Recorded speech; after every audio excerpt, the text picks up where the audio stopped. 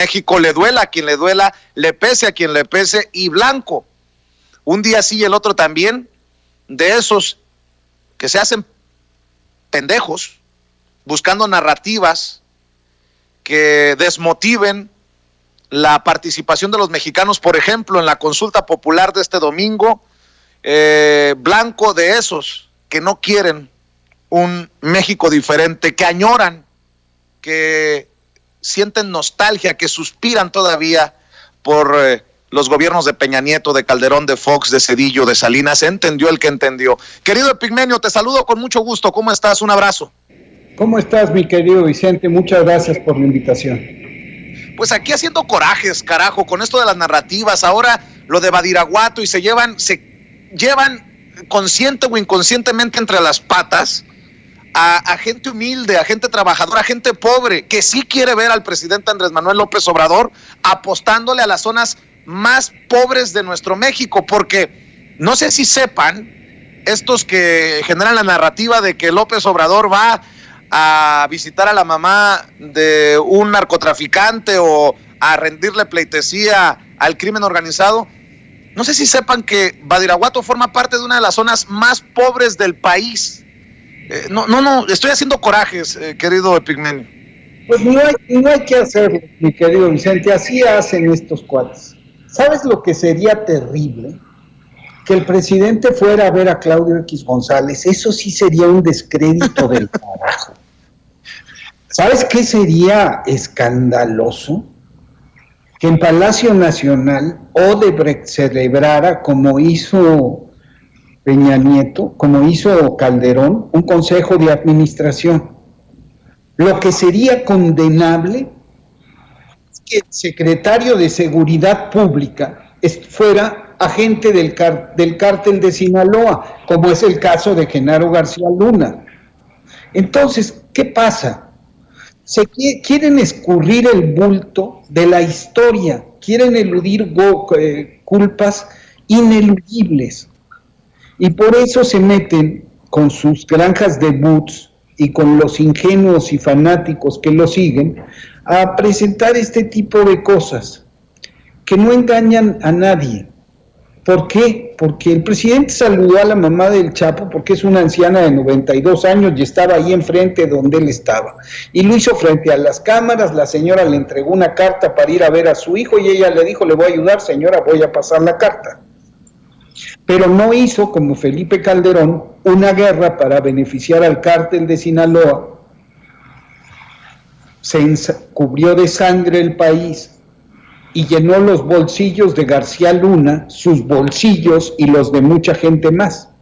Entonces, la verdad, no hagas coraje, ni la muina vale, como diría mi abuelo, porque son argumentos pedestres, son cosas diseñadas por publicistas, por propagandistas, que muy al estilo Goebbels están en la onda de, ¿cómo se llama?, mentir 1000 veces para que se convierta en verdad esa mentira. Y que tienen una estrategia. Esto, los insultos escatológicos con los que cubren al presidente, con los que nos cubren a los que lo apoyamos y estamos por la cuarta transformación, tienen un propósito del que ya hemos hablado. Se trata de restarte dignidad como ser humano, de cosificarte. Cuando le dicen cacas, cuando me dicen viejo, imbécil, perro, cerdo, te niegan la calidad de ser humano y por tanto es más fácil destruirte. Ese lenguaje que utilizan es para conectar con la parte más oscura y más primitiva de los seres humanos que lo siguen. Y ese lenguaje es una franca incitación a la violencia física. La violencia verbal antecede, valida, permite la violencia física. Y ellos a eso están apelando. Esta cosa de querer descalificar a una región del país, a un poblado del país, pues es absurdo, porque lo que es muy peligroso es andar en las lomas. Los capos no viven en esos pueblos abandonados. Los capos viven entre los ricos. Los capos hacen negocios con los más ricos y más rapaces. Hay ricos muy decentes, pero hay unos ricos rapaces, unos oligarcas rapaces, que son capaces de hacer cualquier cosa por el dinero. Y esos tienen negocios con el narco, porque el narco está por todos lados. Mentira que el narco guarde su dinero en barriles escondidos, como hacía Pablo Escobar, enterrados o en caletas, le decían los colombianos. El narco tiene su dinero en cuentas bancarias, tiene su dinero invertido en grandes empresas, tiene su dinero con socios de la oligarquía rapaz que financian las campañas contra López Obrador. Entonces, la verdad, no hay que hacer ni coraje, hay que dar la vuelta a la página y hacer lo que hizo el presidente. Miren, voy aquí por esto y voy a esta tal parte. Todas estas personas, los dirigentes de la derecha, nunca han pisado esa parte del país.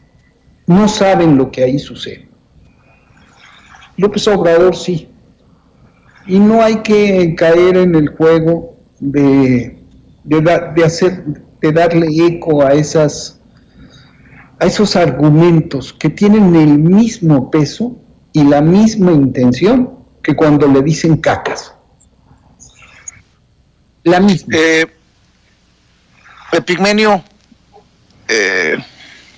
he despotricado y otra vez contra aquellos que se dicen muy demócratas, pero están en contra del pueblo, diciendo no participen en la consulta popular.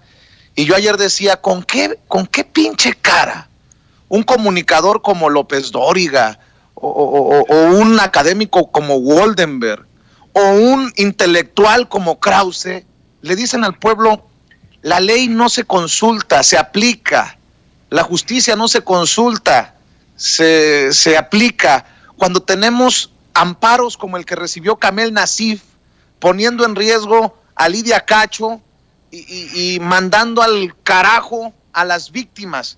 Ahí está un ejemplo de que no es así como nos lo han pintado, Epigmenio. Mira, lo que está moviendo a esos intelectuales y columnistas es esta convicción de que la democracia es para las élites, porque el pueblo raso no entiende un carajo, es ignorante. Entonces ellos están de acuerdo en que cada 3 o 6 años, en elecciones donde el poder del dinero, la propaganda sucia, la guerra sucia, lo ponen todo, elija a quien gobierna. De repente se les viene el mundo abajo, como el 2018, que fue tal la cantidad de gente que votó, que no hubo remedio y tuvieron que aceptar la derrota. Pero para ellos, mi querido Vicente, la democracia es una coartada para sus crímenes. Ellos aguantaron, digamos, hasta la muerte de Colosio y el alzamiento del Ejército Zapatista de Liberación Nacional y los embates del Movimiento Democrático Nacional. Aguantaron hasta entonces y se vieron en la necesidad de abrir. Y abrieron con sus socios. Dijeron, sí, transición, pero controlada. Es decir, democracia, pero simulada.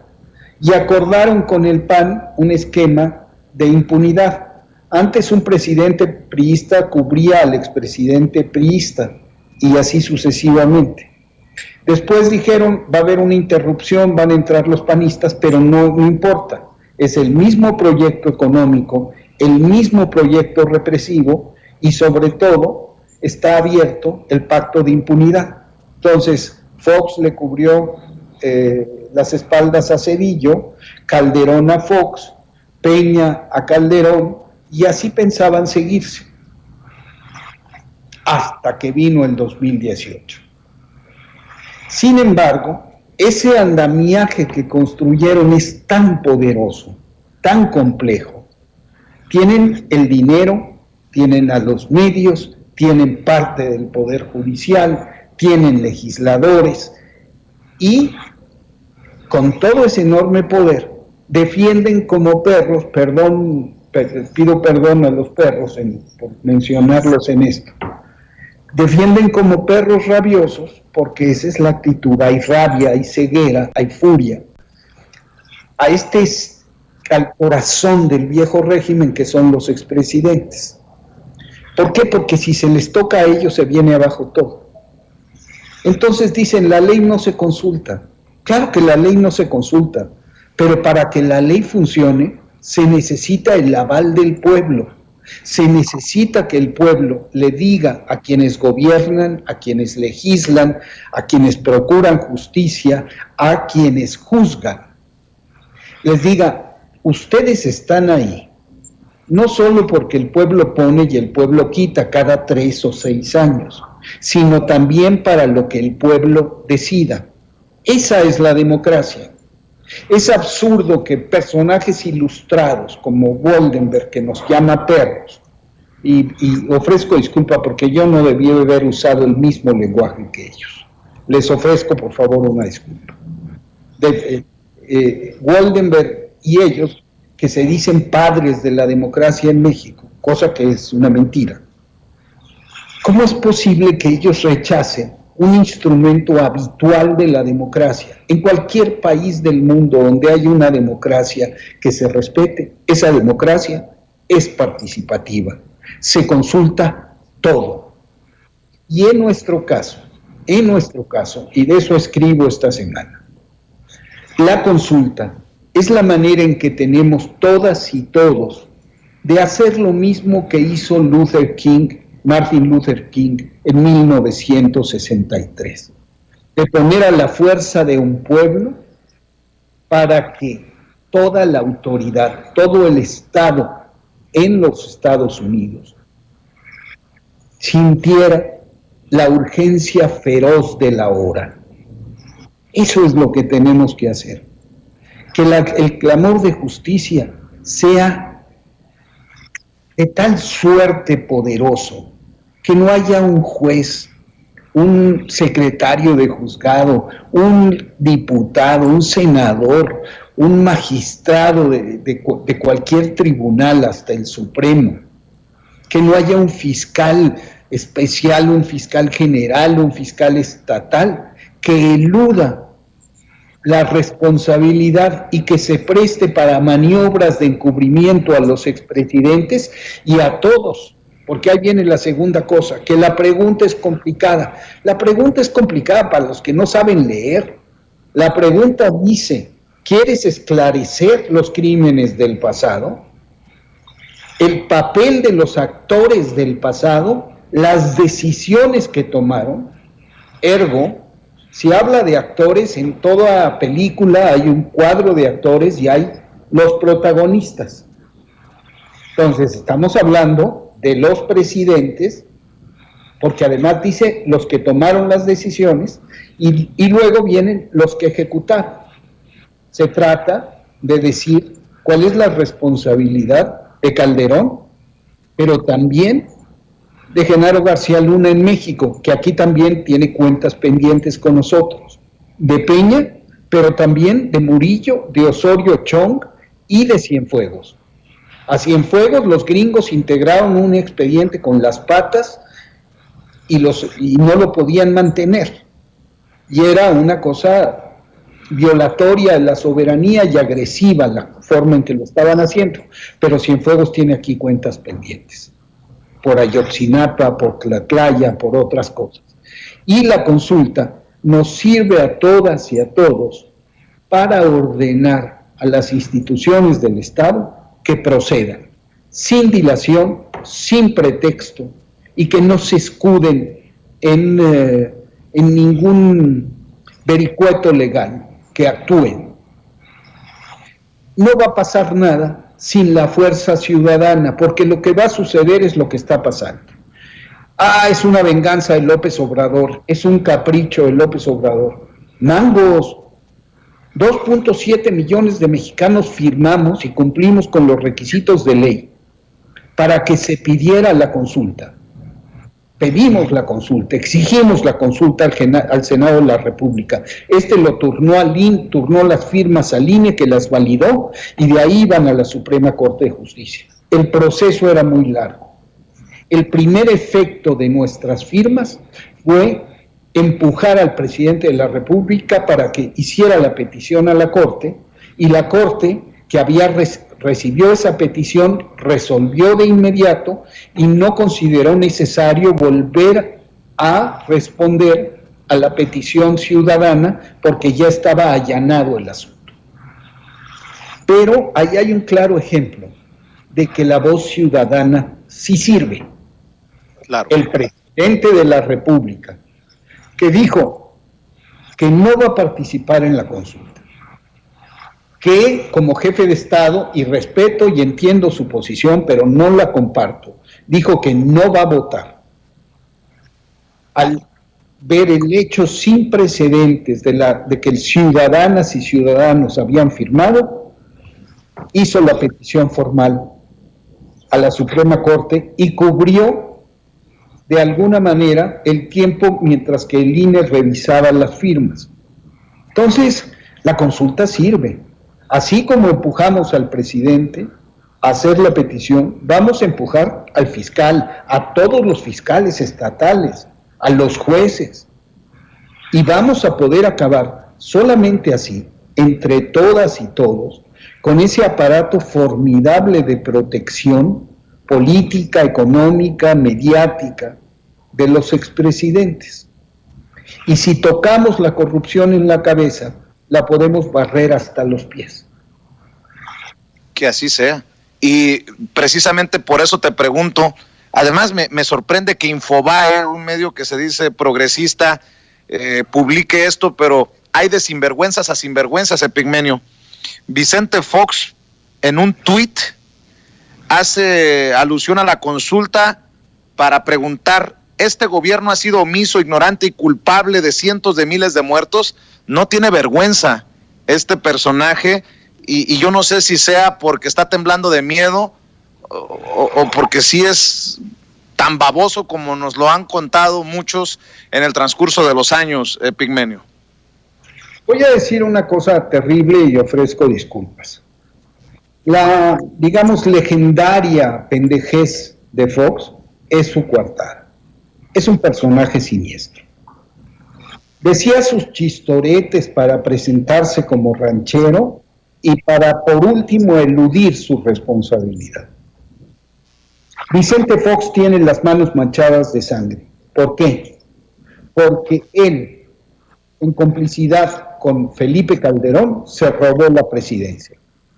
Los muertos de Calderón son también muertos de Fox. Y más aún, los muertos de Peña son también muertos de Fox. Y más todavía, los muertos de ahora son muertos de Vicente Calderón. Porque la violencia, mi querido Vicente, que vivimos ahora, desencadenada, primero tiene una diferencia con la violencia del pasado. No es el Estado, no son las fuerzas del Estado los perpetradores de la mayor cantidad de asesinatos. No, lo fueron durante 12 años.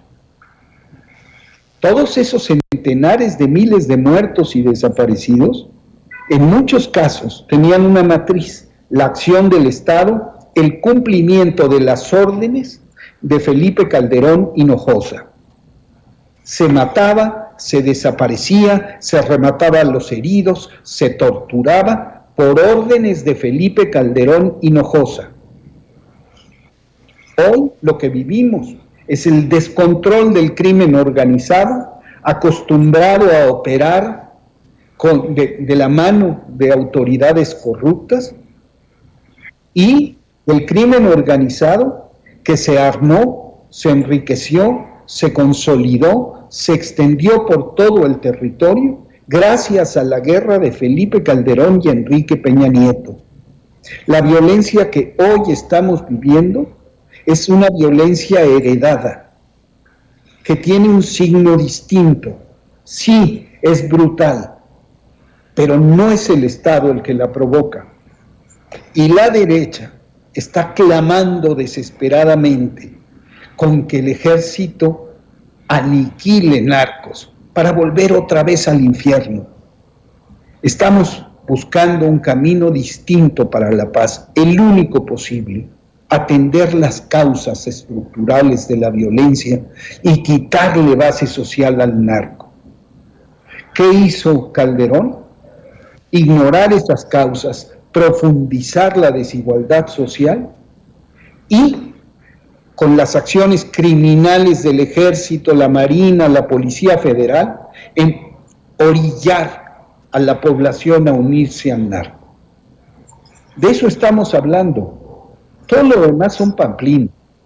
Lo que dice Vicente Fox, no hay ni que considerarlo. Ese hombre es un hombre muy perverso y es un infame. Un traidor a la democracia, un traidor a México, con las manos manchadas de sangre y con los bolsillos llenos de dinero del pueblo, como Calderón, como Peña. Epigmenio, yo sé que tienes muchos compromisos, pero no sé si te pueda plantear otro tema para cerrar con una reflexión tuya, invitando a la gente para que esté al pendiente de nuestra extensa cobertura el domingo en Sin Censura TV, Sin Censura Media y Sin Censura Presenta, a la que has accedido a participar. Ojalá que nos acompañe la gente y que esté al pendiente de tus reflexiones, de tus opiniones el domingo, día de la consulta popular a través de Sin Censura. Te decía, no sé si tengas que correr o tienes tiempo para una reflexión, Epigmenio. No, sí, con todo gusto. Mira, oye, Epigmenio, yo diría, mi querido Vicente, le propondría a quienes nos ven y nos escuchan 3 compromisos. Y lo haría habida cuenta del enorme peso de quienes atacan la consulta. Ellos tienen el dinero, ellos tienen los medios, ellos tienen al INE. Hay muchas cosas que dice Córdoba que podría decir Denise Dresser y viceversa. La campaña del costo de la consulta nació de las declaraciones de Lorenzo Córdoba. La confusión en torno a la pregunta nació también de declaraciones de Lorenzo Córdoba. La promoción de la consulta es ineficiente, indignante, inexistente, y es una obligación que el INE está incumpliendo. La organización de la consulta es una organización deficiente, criminalmente deficiente. Están colocando muy pocas casillas y están dificultando la votación. ¿Qué nos queda a nosotros si ellos tienen el dinero, si ellos tienen la prensa, si ellos tienen al árbitro, si ellos tienen todo el andamiaje político de la derecha conservadora? ¿Qué tenemos nosotros? Tenemos la razón, nos asiste la razón, nos mueve un imperativo ético. Tenemos perspectiva de futuro, porque hablamos de los crímenes del pasado, pero lo hacemos para que no se repitan y para que la incidencia y las consecuencias de esos crímenes en nuestros días se limiten, se agoten, se acaben. Entonces, si tenemos la razón, si tenemos la moral, si buscamos la verdad, no nos quedemos en casa callados. Tenemos las horas que nos quedan de mañana viernes, todo el sábado y todo el domingo. Primer compromiso que les pido que todos y todas los que nos atienden y nos escuchan hagan. Promuevan el voto con su celular, de puerta en puerta, de casa en casa. Repitan los argumentos, escuchen los espacios informativos que están con la ciudadanía. Vamos también a la Constitución de nuestra parte. La consulta es ley de la República. Estamos cumpliendo con la ley y ejerciendo un derecho al que no debemos renunciar porque es una conquista largamente acariciada, porque es la posibilidad de salir de la barbarie política en la que nos tuvo confinados, a la que nos tuvo sometidos el viejo régimen.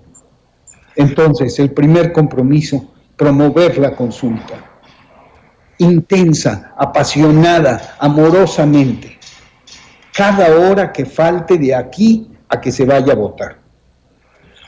Segundo compromiso, levantar conciencias el día de la elección, el día de la votación, el domingo, y despertar al hijo o a la hija, no solamente si está dormido físicamente, sino despertar su conciencia para que él se vuelva o ella se vuelva un promotor de la participación.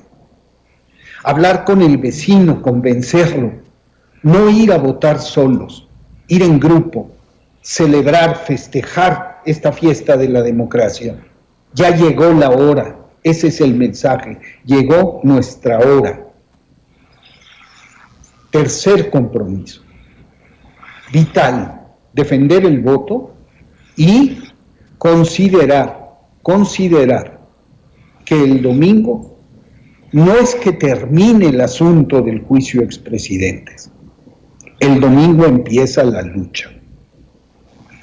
Entonces hay que escuchar tu espacio, hay que escuchar todos los espacios que estén atentos a lo que suceda el domingo. Y hay que estar pendientes de continuar la lucha. En la tarde de ese día, desde la casa de Tepeji, el comité promovente dará una conferencia de prensa. Yo estaré ahí apoyándolos como siempre. Vamos a divulgar esa conferencia de prensa y vamos a establecer el domingo como la fecha inaugural de una lucha nueva, poderosa y que no cesará hasta que no haya justicia en este país. Pues qué emocionante resulta escucharte con esa claridad, Epigmenio Ibarra. Ojalá que la gente aproveche esta oportunidad histórica y salgamos a participar en la democracia de nuestro país, en este ejercicio de democracia participativa. Yo te abrazo y te espero el domingo con la cobertura que vamos a realizar en Sin Censura, y tengo entendido que también estarás participando en otros esfuerzos independientes. Eso hay que reconocértelo, tu congruencia, y gracias por no quitar el dedo del renglón, incluso diciéndolo, a pesar de que el presidente diga que no va a participar, se le respeta, pero no se comparte. Te mando un abrazo, Epigmenio, y quedemos al pendiente. Un fuerte abrazo, mi querido Vicente.